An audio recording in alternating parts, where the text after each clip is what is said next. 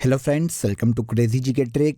तो आइए daily current affairs की सीरीज को आगे बढ़ाते हैं और आज के इस वीडियो में हम 6 सितंबर 2023 के सभी करंट अफेयर्स को यहां पर डिटेल में समझ लेते हैं।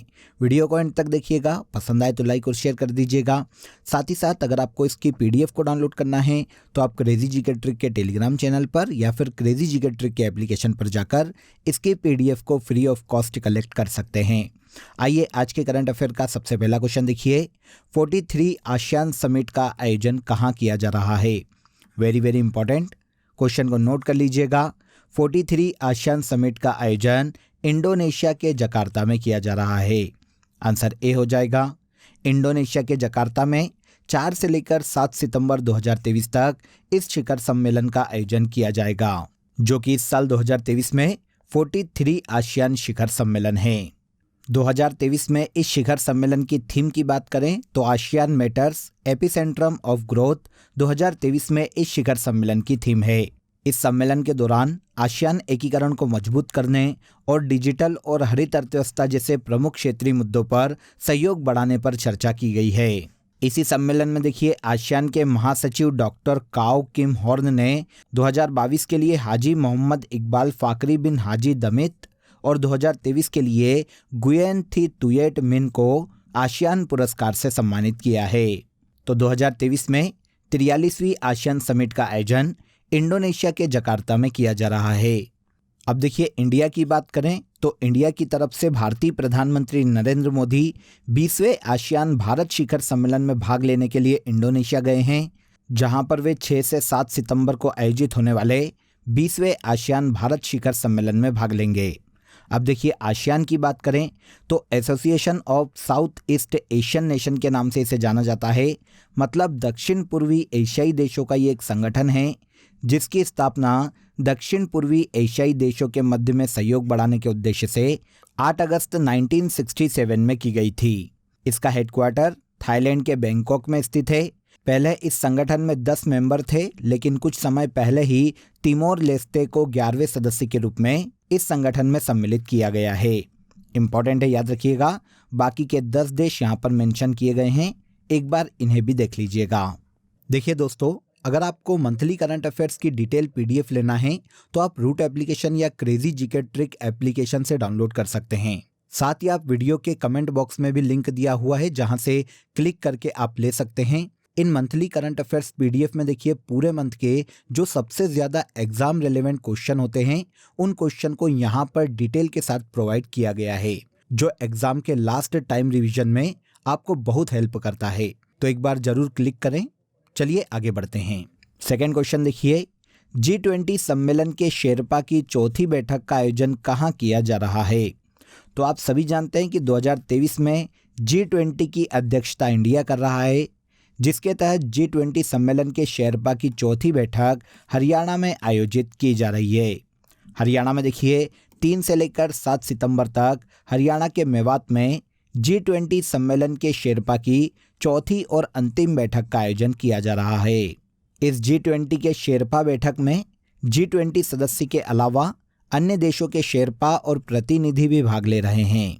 इसके पहले देखिए, राजस्थान, केरल और कर्नाटक, यहाँ पर 3 शेरपा बैठकों का आयोजन किया जा चुका है और अब चौथी बैठक का आयोजन हरियाणा के मेवात में किया जा रहा है। इस बैठक में G20 शिखर सम्मेलन के आयोजन पर चर्चा की जाएगी और इस दौरान अलग अलग देशों के प्रतिनिधि आर्थिक और वैश्विक एजेंडे पर भी चर्चा करने वाले हैं। इस बैठक में भारत के शेरपा की बात करें तो यह अमिताभ कांत थे और अगर इसकी थीम की बात करें तो 2023 में G20 शिखर सम्मेलन की थीम वासुदेव कुटुंबकम है।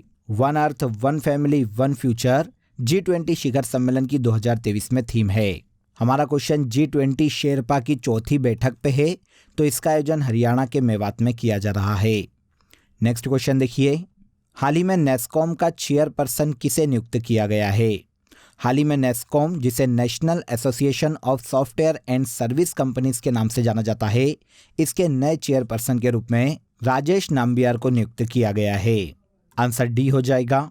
अब देखिए, पहले हम यहाँ पर नेस्कॉम की बात करते हैं तो ये भारत में सॉफ्टवेयर कंपनीज का एक नेशनल एसोसिएशन है, जिसने हाल ही में कॉग्निजेंट इंडिया के चेयरमैन और प्रबंध निदेशक राजेश नाम्बियार को अपना चेयरपर्सन नियुक्त किया है। इनके पहले नेस्कॉम के पूर्व चेयरपर्सन अनंत माहेश्वरी थे। अब इनका स्थान राजेश नाम्बियार ने लिया है। तो नेस्कॉम के चेयरपर्सन हाल ही में राजेश नाम्बियार नियुक्त किए गए हैं। नेस्कॉम के बारे में मैंने आपको ये तो बता दिया कि ये एसोसिएशन क्या काम करता है। इसकी स्थापना 1988 में की गई थी और मुख्यालय नोएडा में स्थित है। देवजानी घोष वर्तमान में नेस्कॉम के प्रेसिडेंट के पद पर हैं। हाल ही में एन वलारमथी का निधन हो गया। इनका संबंध किस क्षेत्र से था? तो आप सभी ने इनका नाम डेफिनेटली सुना होगा। एन वलारमथी की बात करें तो ये भारत की एक बहुत फेमस वैज्ञानिक है, मतलब इनका संबंध वैज्ञानिक अनुसंधान से था। हाल ही में इसरो की वैज्ञानिक एन वलारमथी का निधन चेन्नई में हो गया है। वलारमथी भारत के तमिलनाडु राज्य से बिलोंग करती है, जो कि चंद्रयान मिशन 3 का भी हिस्सा थी। इसके अलावा एन वलारमथी भारत के पहले रडार इमेजिंग सैटेलाइट RISAT-1 की प्रोजेक्ट डायरेक्टर भी रही है। साइंस के क्षेत्र में इनकी उपलब्धियों के कारण 2015 में तमिलनाडु सरकार के द्वारा इन्हें अब्दुल कलाम पुरस्कार से भी सम्मानित किया जा चुका है। तो एन वलारमथी का संबंध वैज्ञानिक अनुसंधान क्षेत्र से था। हाल ही में चर्चा में रहा पिरोला क्या है? तो पिरोला जो कि अभी चर्चा में रहा है फ्रेंड्स, ये कोविड-19 का एक नया वेरिएंट है। आंसर ए हो जाएगा। इसे पिरोला या BA.2.86 के नाम से जाना जाता है, जो कि कोविड-19 का वेरिएंट है। अभी विश्व के अलग अलग देश जैसे Denmark, UK, south Africa, Israel और स्विट्जरलैंड में पिरोला वेरिएंट के नए मामले देखे जा चुके हैं। ये कोविड का एक नया वेरिएंट है जो कि ओमिक्रॉन से कम घातक है। इसे पिरोला या BA.2.86 वेरिएंट के नाम से जाना जाता है, जो कि ओमिक्रॉन वेरिएंट का ही एक सब वेरिएंट है और ओमिक्रॉन के XBB वेरिएंट से निकला है। इसीलिए क्योंकि ये ओमिक्रॉन वेरिएंट से निकला है, इसीलिए ये थोड़ा सा कम घातक है। अब देखिए यहाँ पर हम कोरोना के अन्य वेरिएंट की बात करें तो ओमिक्रॉन, जिसकी अभी हमने बात की है। इसके अलावा एरिस वेरिएंट भी कोरोना का ही एक वेरिएंट है, जिसे WHO ने वेरिएंट ऑफ इंटरेस्ट घोषित किया है। कोविड-19 के बारे में आप सभी जानते हैं कि ये वायरस के द्वारा फैलने वाला रोग है। 2020 में कोविड-19 के कारण विश्व के अधिकतर देशों में लॉकडाउन की स्थिति आ गई थी। यहाँ पर क्वेश्चन पिरोला वेरिएंट से है, तो ये कोविड-19 डिसीज का एक वेरिएंट है। ओके, तो यहाँ तक के देखिए सभी क्वेश्चन आपको क्लियर हो गए होंगे। अब आ जाइए आज की कंट्री इन न्यूज़ में हम इंडोनेशिया को डिस्कस कर लेते हैं, जो कि एशिया महाद्वीप का एक देश है। इंडोनेशिया के जकार्ता में ही 43 आसियान शिखर सम्मेलन का आयोजन किया जा रहा है। यहाँ पर देखिए ये याद रखिएगा कि इंडोनेशिया ने अपनी कैपिटल को बदल लिया है। अगर मैंने आपको पहले जकार्ता बता दी है तो उसे करेक्ट कर लीजिएगा। इसकी कैपिटल वर्तमान में नुसंतारा है, क्योंकि पहले जकार्ता थी, लेकिन अब ये समुद्र में धीरे धीरे डूबती जा रही है। इसीलिए इंडोनेशिया ने अपनी नई कैपिटल नुसंतारा को बनाया है। यहाँ की ऑफिशियल करेंसी इंडोनेशियन रुपया है। जोको विडोडो यहाँ के प्रेसिडेंट के पद पर हैं। मलेशिया, पपुआ न्यू गिनी और तिमोर लेस्टे इंडोनेशिया के पड़ोसी देश हैं। इनमें से तिमोर लेस्टे अभी आसियान का नया सदस्य बना है, 11वां। जनसंख्या के मामले में ये चौथा सबसे बड़ा देश है। प्रमुख द्वीप की बात करें तो जावा, सुमात्रा, बोर्नियो और सुलावेसी ये सभी इंडोनेशिया के द्वीप है। पूरे इंडोनेशिया में लगभग 13,000 द्वीप देखने को मिलते हैं। यहाँ पर पूरे विश्व में सर्वाधिक मुस्लिम आबादी देखने को मिलती है। मलक्का जल संधि इंडोनेशिया और मलेशिया के मध्य में स्थित है और ये विश्व का सबसे बड़ा द्वीप समूह है। पुंचाक जाया इंडोनेशिया की सबसे ऊंची पर्वत चोटी है। तो ये दक्षिण पूर्वी एशिया का देश है इंडोनेशिया, जो कि विश्व का सबसे ज़्यादा मुस्लिम आबादी वाला देश है। नेक्स्ट क्वेश्चन देखिए, हाल ही में किस देश ने दुनिया का पहला पोर्टेबल अस्पताल आरोग्य मैत्री क्यूब बनाया है? तो आरोग्य मैत्री क्यूब, जो कि पूरी दुनिया का पहला पोर्टेबल अस्पताल या पोर्टेबल हॉस्पिटल है, इसका निर्माण इंडिया के द्वारा किया गया है। आंसर डी हो जाएगा। देखिए, भारत ने प्रोजेक्ट भीष्मा के तहत दुनिया का पहला आपदा अस्पताल तैयार किया है, जो कि पूरी तरह से स्वदेशी है। इस अस्पताल का नाम आरोग्य मैत्री रखा गया है। इसके अलावा अस्पताल में इस्तेमाल किए जाने वाले बॉक्स का नाम आरोग्य मैत्री क्यूब रखा गया है। इस अस्पताल की क्वालिटी है फ्रेंड्स कि इसे कहीं भी आपदा आने पर केवल 8 मिनट में ही तैयार किया जा सकता है और जितने भी पेशेंट हैं उनका इलाज बहुत ही इमीडिएटली शुरू किया जा सकता है। ये पूरी तरह से सौर ऊर्जा और बैटरी के द्वारा संचालित किया जाएगा।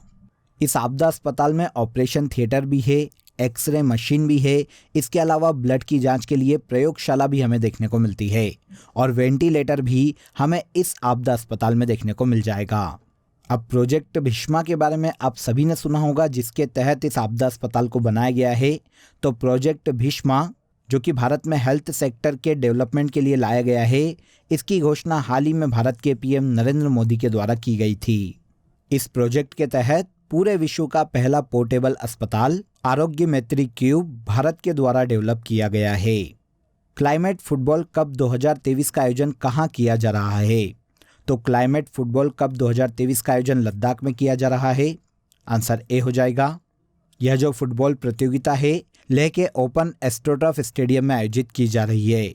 इस प्रतियोगिता में 4 फुटबॉल टीम पार्टिसिपेट करेगी, जिसमें दिल्ली फुटबॉल क्लब, तिब्बती football national football association, Ladakh professional football club और लद्दाख स्टेट की टीम भाग ले रही है।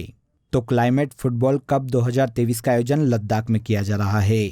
अब देखिए, लद्दाख की बात करें तो ये 31 अक्टूबर 2019 को यूनियन टेरिटरी बनाया गया था, जम्मू कश्मीर से अलग करके। इसकी कैपिटल लेह है और वर्तमान में 2 जिले यहाँ पर देखने को मिलते हैं, एक लेह और एक कारगिल। वर्तमान में BD मिश्रा यहाँ के लेफ्टिनेंट गवर्नर के पद पर हैं। निम्न में से कौन सा राज्य वर्ष 2024 में जायद चैरिटी मैराथन की मेजबानी करने वाला है? तो जायद चैरिटी मैराथन की मेजबानी 2024 में केरल राज्य करने वाला है। आंसर बी हो जाएगा। केरल राज्य में अगले साल 2024 में जायद चैरिटी मैराथन का आयोजन किया जाएगा। देखिए फ्रेंड्स, इस मैराथन का जो आयोजन है केरल राज्य के अधिकारियों और UAE में भारतीय समुदाय के सहयोग से किया जाएगा। ये एक प्रमुख खेल आयोजन है जो कि देखिए चैरिटी के लिए धन इकट्ठा करने का कार्य करता है। इस जायद चैरिटी मैराथन से जो आय होगी, जो धन प्राप्त होगा, वो हेल्थ देखभाल के लिए लगाया जाएगा। तो जायद चैरिटी मैराथन का आयोजन 2024 में भारत के केरल राज्य में किया जाएगा। अगला इंपॉर्टेंट क्वेश्चन देखिए, WHO ने पहले पारंपरिक चिकित्सा वैश्विक शिखर सम्मेलन 2023 से संबंधित कौन सा दस्तावेज जारी किया है? तो WHO ने देखिए हाल ही में पारंपरिक चिकित्सा वैश्विक शिखर सम्मेलन 2023 से संबंधित गुजरात घोषणा पत्र को हाल ही में जारी किया है। आंसर ए हो जाएगा। WHO, जिसे वर्ल्ड हेल्थ ऑर्गेनाइजेशन के नाम से जाना जाता है, इसने गुजरात घोषणा के रूप में पहले WHO पारंपरिक चिकित्सा वैश्विक शिखर सम्मेलन 2023 का परिणाम दस्तावेज हाल ही में जारी किया है। यहाँ पर यह याद रखिएगा कि पारंपरिक चिकित्सा पर पहला वैश्विक शिखर सम्मेलन का आयोजन WHO और भारत के आयुष मंत्रालय के द्वारा अगस्त 2023 में गुजरात के गांधीनगर में किया गया था। यहीं पर WHO के द्वारा गुजरात घोषणा दस्तावेज को जारी किया गया, जिसमें सार्वभौमिक स्वास्थ्य कवरेज के लक्ष्य और सभी तरह के हेल्थ संबंधित सतत विकास लक्ष्यों को इंगित किया गया है।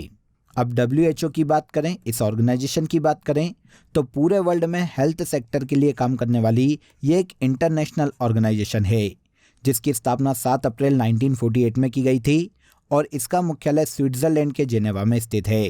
टेड्रोस एडनॉम घेब्रेयेसस वर्तमान में इस संस्था के डायरेक्टर जनरल के पद पर हैं। इसके बाद आज के करंट अफेयर का सबसे लास्ट क्वेश्चन देखिए, इटालियन ग्रैंड प्रिक्स 2023 किसने जीती है? तो इटालियन ग्रैंड प्रिक्स 2023 जो कि एक रेसिंग प्रतियोगिता है फ्रेंड्स, इसका खिताब हाल ही में रेड बुल के ड्राइवर मैक्स वर्स्टेपेन ने अपने नाम किया है। आंसर ए हो जाएगा। रेड बुल के ड्राइवर मैक्स वर्स्टेपेन ने इटालियन ग्रैंड प्रिक्स 2023 का खिताब अपने नाम किया और इसी के साथ ये इनकी लगातार 10वीं फार्मूला 1 जीत है। तो विनर ही पूछा जाएगा तो ये मैक्स वर्स्टेपेन हैं, जो कि पहले स्थान पर रहे हैं इस प्रतियोगिता में और ये रेड बुल के ड्राइवर है। अब इटालियन ग्रैंड प्रिक्स की बात करें तो यह विश्व का 5वां सबसे पुराना रेसिंग ग्रैंड प्रिक्स इवेंट है, जिसकी शुरुआत 1921 में की गई थी। विनर कौन रहा है?